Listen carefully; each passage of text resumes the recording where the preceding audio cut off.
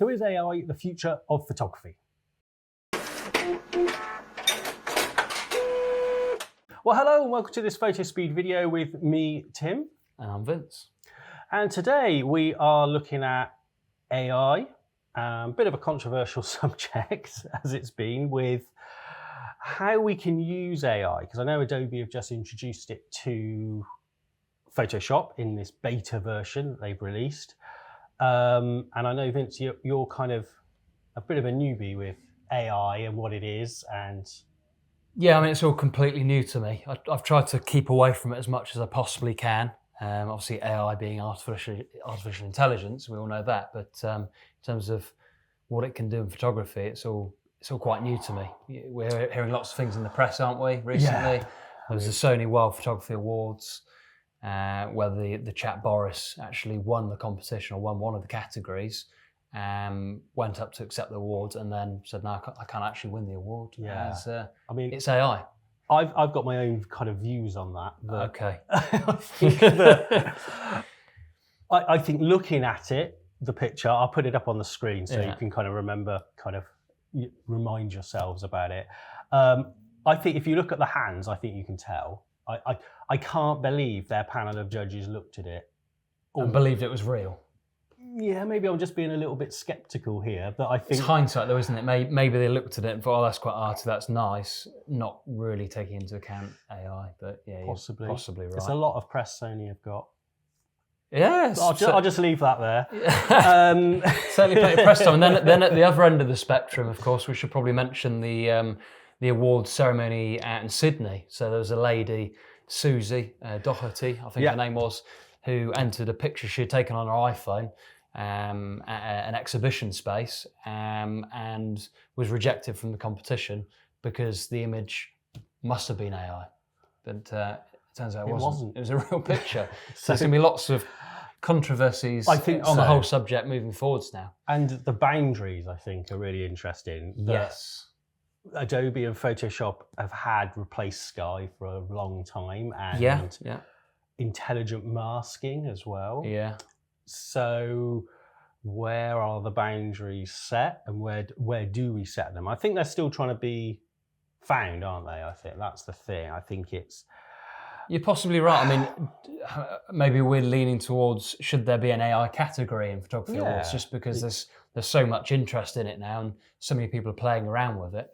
I think possibly they need to add that as a category in some instances. And is it art as well? I think that's where it's probably not, I say, photography, does it need to be taken with a camera to be, there's loads of debates. I mean, we could be here for hours, I suppose, couldn't we, talking about it. But if it needs a camera to actually take it, or it's composite and things, I think we'll talk a little bit later about certain techniques that have been around since the darkroom days that AI basically uses. But before we dive into any of that, don't forget to subscribe to the Fotospeed YouTube channel. And also don't forget to sign up to our newsletter on photospeed.com. And also don't forget to download the Fotospeed Art of Printing, your free guide to everything in the world of printing. Doesn't cover AI, I'm afraid, at the minute, but it covers everything from turning on your printer to profiles to bookmaking, framing, absolutely everything in between. So give that a download and you can get that on photospeed.com. Let's dive into AI.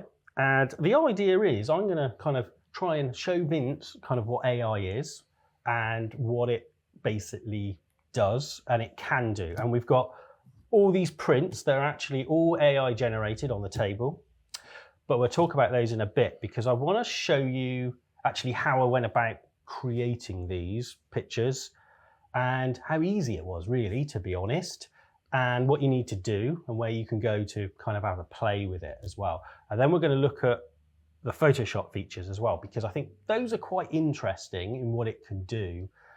And I think how you can use it in a kind of a creative way. So if you're doing composites and things like that, possibly it could be useful. Well, I'm sure many of you, like myself, are intrigued, interested on the whole subject and what can be created and how. So yeah, looking forward to seeing what you're going to do in Photoshop. So Vince, do you know kind of how it's done? What the basic kind of idea behind it is? Nothing at all. I mean, I've heard of AI in the industry for writing documents and things like that, but in terms of within imagery, I am bare basics. I know nothing about it, so I'm looking forward to hearing about it. What it basically does is there's certain sites. OpenAI is one, and they do GPT, if I can say it, today, and they also do a program called DALL-E, which is kind of one of the leaders in AI image generation. There's a few others out there as well, and you can try them for free, and that's fine. Basically, what happens is you tell the software what you want in words, like a pretty picture with a church on a hill or something, like we did for one of these in here, and you press generate, and it shoots off all over the internet and grabs snippets from,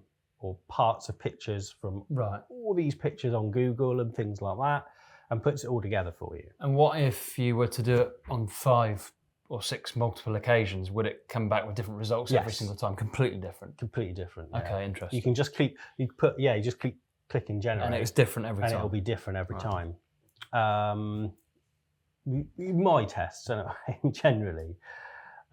Which is quite good. It gives you ideas and things. Now, there is debate on the internet about where does this sit with copyright infringement. I know with music, you're only allowed to sample a few seconds of songs before you have to pay royalties and things. So how much of an image is AI allowed to grab before you have to start paying royalties and things like this? So effectively the imagery is all coming from someone else's photograph and putting it together to create? Yeah, multiple. It could be thousands. It could be a few. I guess how do they prove it? Very difficult. So that's basically the idea behind it. But I've done a little bit of a screen recording because I can kind of show you this in action. And I've got DALL-E loaded up on my screen here. And this is just their website, and you can sign up and you can do this for free. They give you, I think it's 15 generations a month or something you can do before you have to start paying a little bit more. And that gives you a 10 by 24 pixel square image, which is okay. I think we found it's pushing A3 a little bit quality wise, but I think we'll talk about that a little bit later when we're talking about the prints and things. But basically, the idea is, you can see DALL-E up here.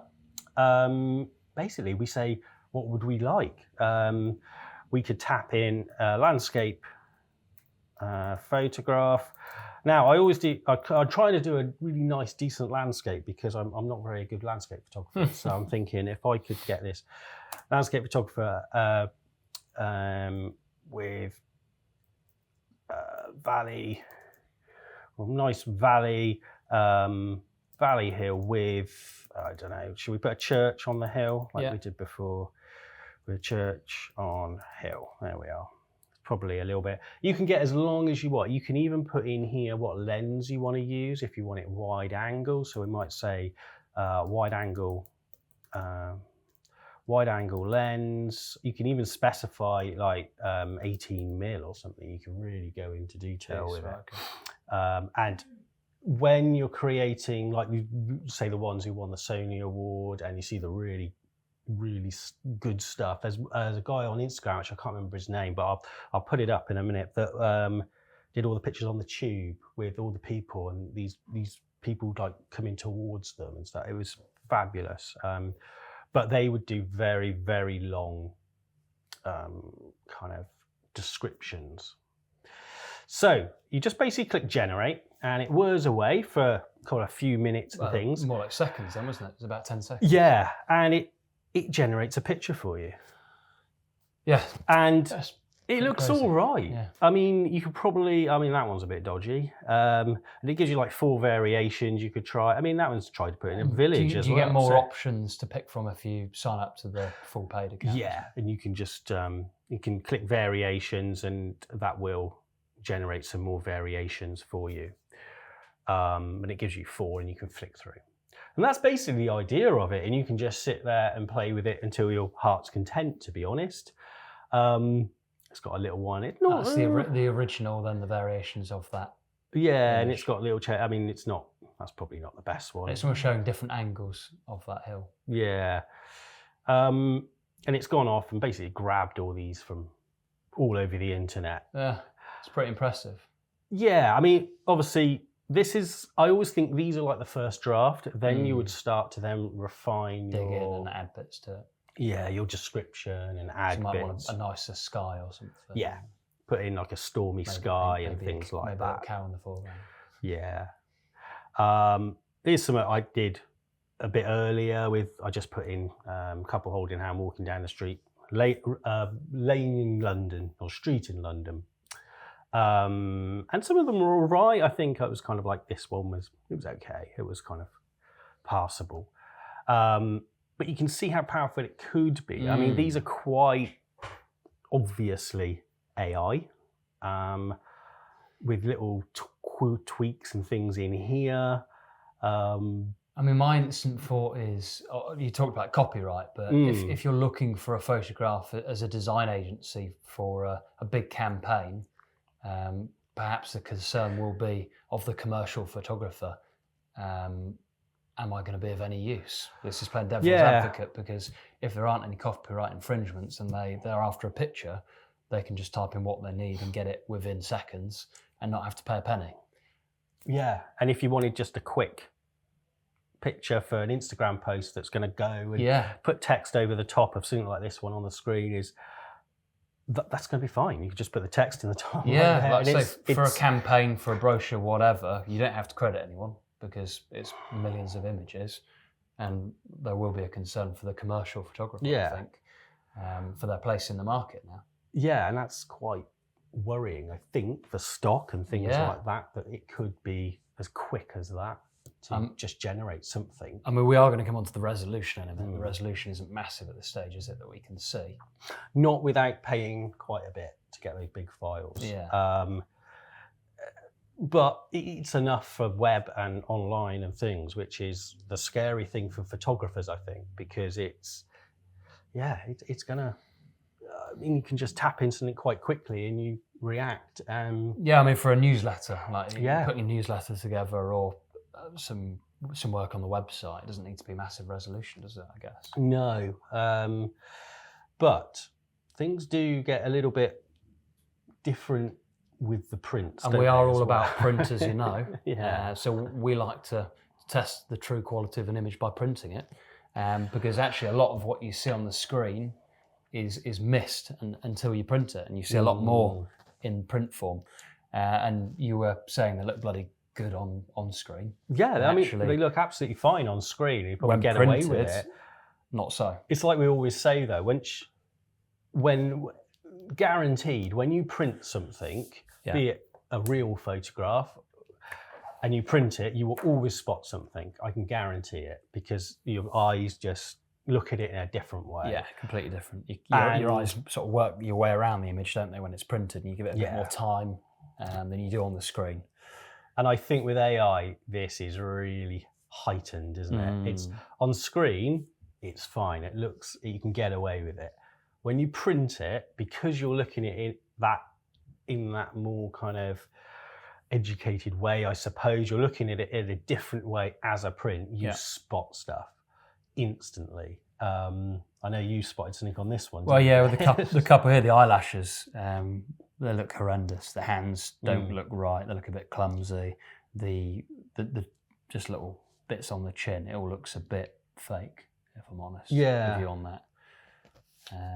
It's the resolution, though. The resolution really lets it down. I mean, this one's nice, but the eyes look a bit odd. When you print it on the screen, it looks fine, but when you printed it, you just notice those tiny little things. And the depth of field, even as well. The sharpness is in two different areas. It doesn't feel like the nose should be in focus. Yeah, the lips are in focus, but the nose is out, but the eyes are in focus. Yeah, so it's all just a little bit. I think this probably is one of the better ones. It's quite a smooth overall image, but again, the resolution still looks pretty sharp. Yeah, I think especially with these, where they're quite smaller files, you can actually just start with like these horrible pixels around them. Pixelization around the edges. Actually, that one's quite good. It's quite a high key image.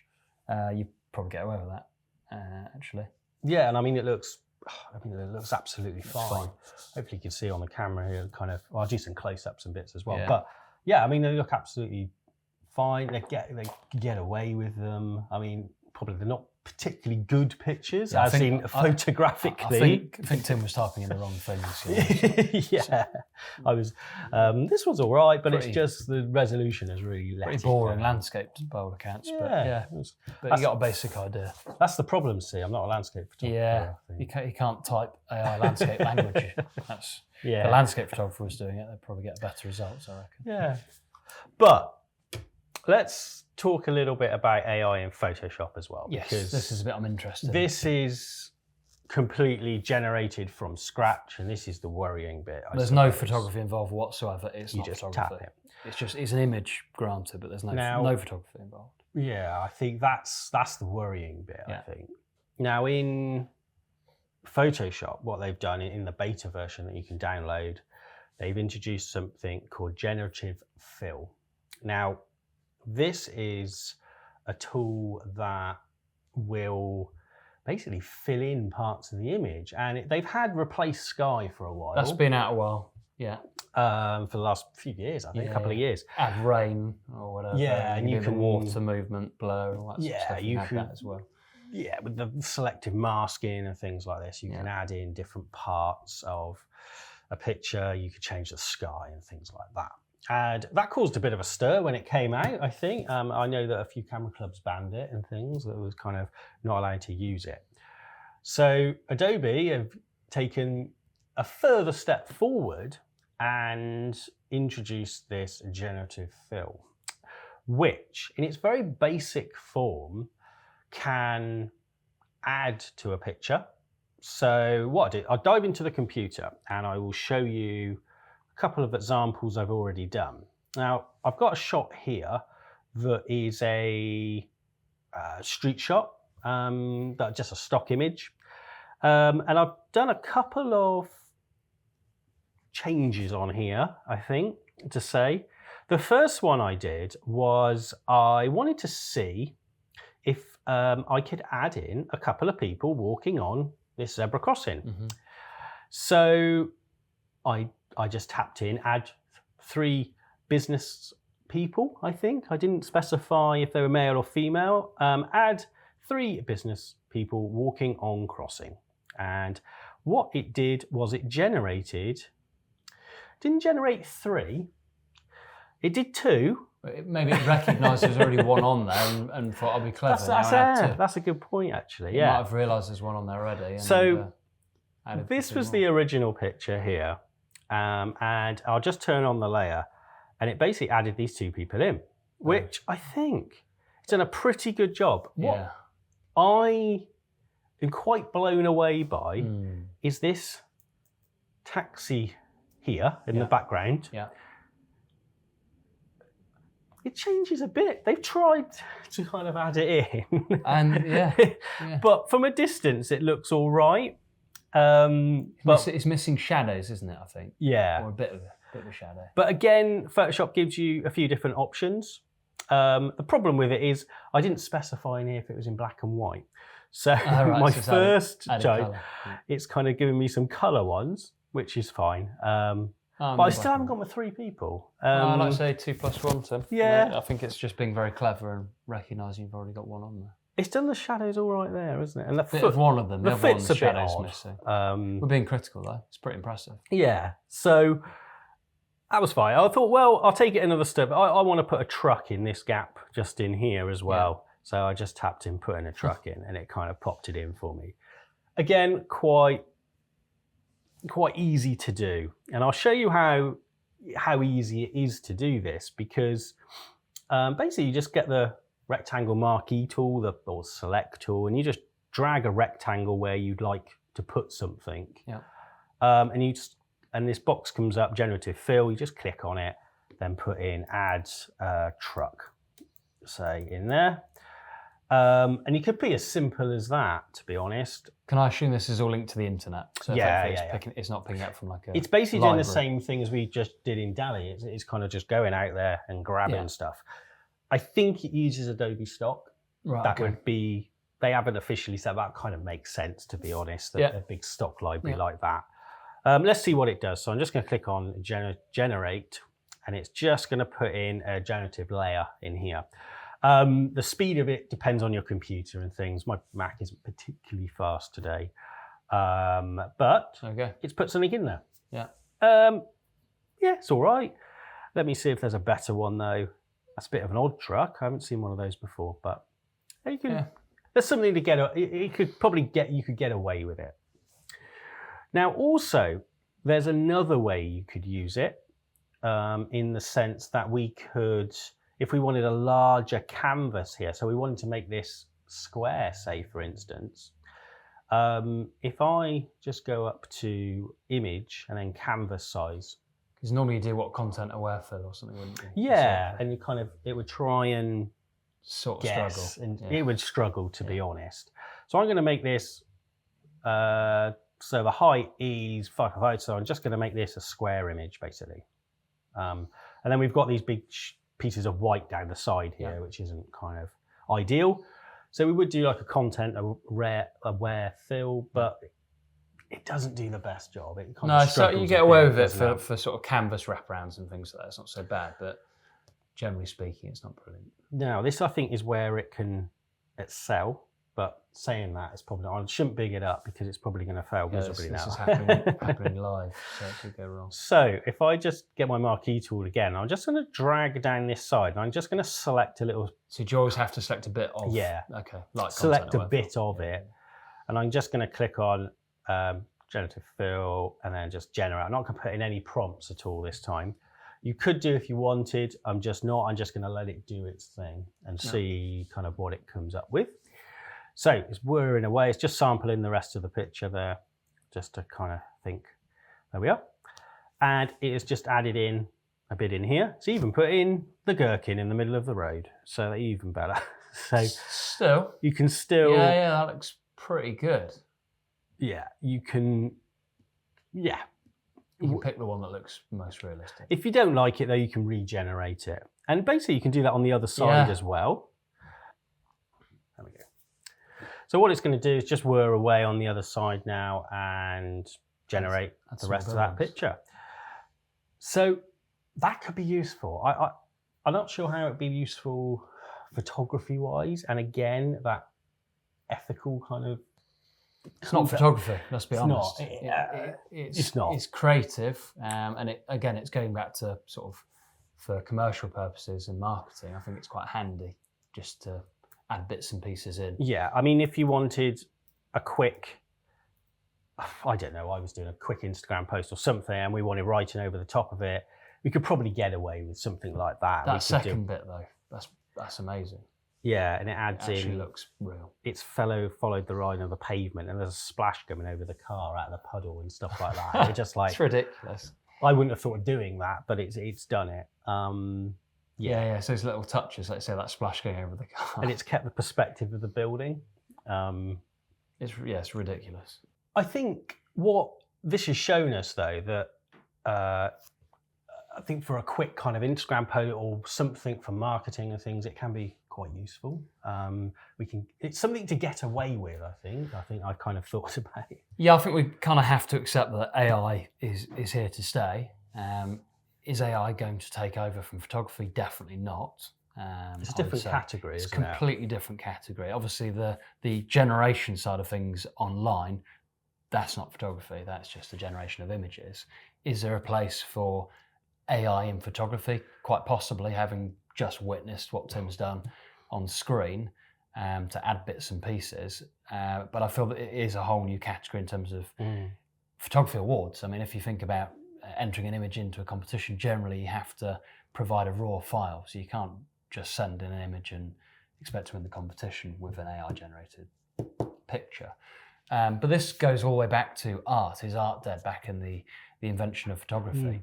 Art was always about photorealism. It was used to capture historical moments, paintings of people, and things like that. And then with the invention of photography, there was a real concern that this was the end of artwork.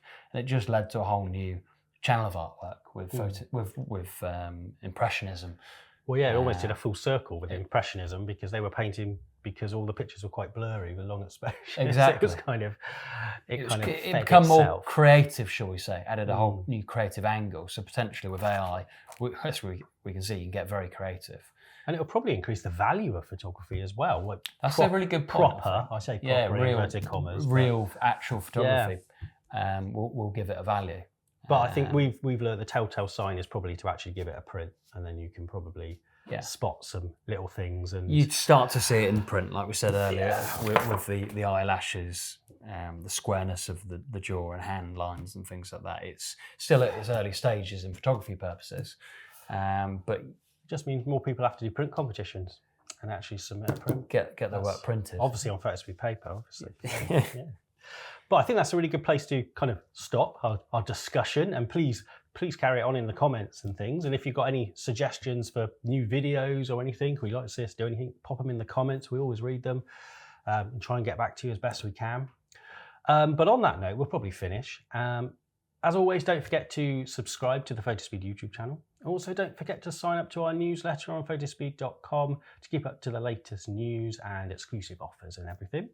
Also, don't forget to download the Fotospeed Art of Printing. Now, I know you all have because I've said this in every video for the last 18 months or something, so you must have all by now. But if you haven't already, head over to photospeed.com, click on the Art of Printing because it is a one-stop guide to everything you need to know about printing, from turning on your printer to framing to bookmaking, custom profiles, absolutely everything. Also, don't forget, on the note of custom profiles, that we offer a free custom profiling service with every box of Fotospeed paper.